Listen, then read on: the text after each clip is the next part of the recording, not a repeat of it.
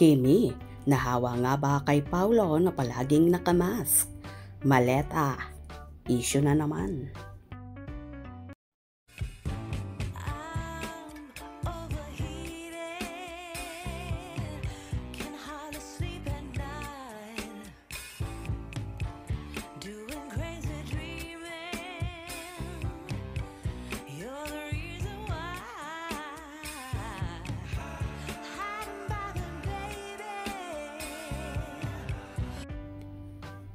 Kasalukuyan ngang nasa Cebu City na ang lovely couple, ang mga people superstar na sina Kim Chiu at Paolo Avellino.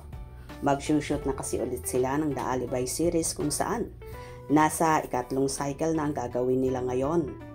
Samantala, ikinaloka naman ng marami kung saan ang maliit na bitbit na maleta ni Kimi ay naging big issue pa at pinagtalon-talunan ng kanilang mga fans. Hindi po yan kay Pao, kay Kimi po yan. Palagi niyang dala yan kapag nag-travel siya.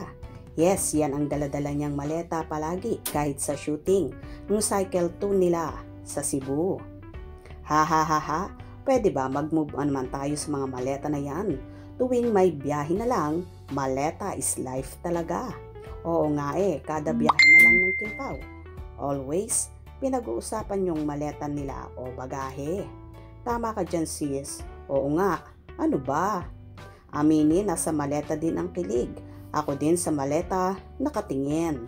Hay, sana all yung iba nag-aaway. I am so happy to see you Kim Pao. At least sabay kayo. Happy, ingat palagi. Hashtag Kim Pao forever. Hashtag Paolo Avellino. Hashtag Kim Chiu. Hashtag The Alibay. Sabay nga dami nilang kasabay na dreamscape stop, especially yung mga voice, yung may dala na mga baggage ng mains. Kasama din syempre ang kanya-kanyang PA, di pwedeng mawala.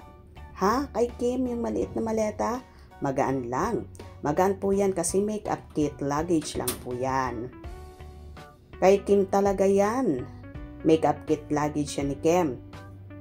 2 big luggage ang kay Kim. Kay Pao, 2 big luggage din plus 3 hand carries bags. Yes po, attentive talaga si Paulo. Hinaharangan agad yung guy kasi dadaan yung prinsesa niya.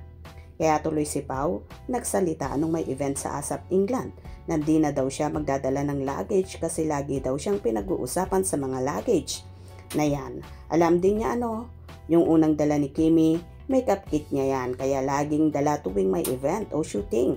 Maigsing luggage lang siya, ang laman niya ng makeup niya, kaya magaan lang hilahin. Sa ibang post kasama si Ate Hides ni Kimi, yung mga luggage ng Kim Pao, dala na ng mga guards nila. Kay Kim po yan, di po yan kay Paulo. Orange na malaki at gray na maliit. Maleta ni Kim. Marami silang dala, may tagabuhat ng ibang maleta. Baka importanteng bagay yung maliit kaya si Kimi na nagdala at backpack naman ni Pao mukhang mabigat na para fair pareho silang may dalahin. Sana sila na din ang magkasama. Yes, kay Kimi ang maleta, dala niya yan sa UK nung nag-ASAP show noon. Ang sarap nilang tingnan, hehehehe, parang pagkain lang. Thanks God you're safe. Yes, maleta ni Kimi yan. Si Kimi, palagi na rin ngayong naka-face mask, tila nahawa na nga kay Paulo. Anyway, gusto lang naman siguro maging safe ni Kimi at ni Paulo, kaya palagi silang naka-mask dahil alam naman natin sa panahon ngayon, mabilis kumalat ang virus at syempre nag-iingat lang sila at ayaw nilang mahawa, lalo pat napakarami nilang trabaho. At regarding naman sa maleta, wag nang gawing big issue yan dahil lagi naman yung bitbit ni Chinita Princess dahil nga puro makeup ang laman yan. Hope you enjoyed. Please subscribe for more info.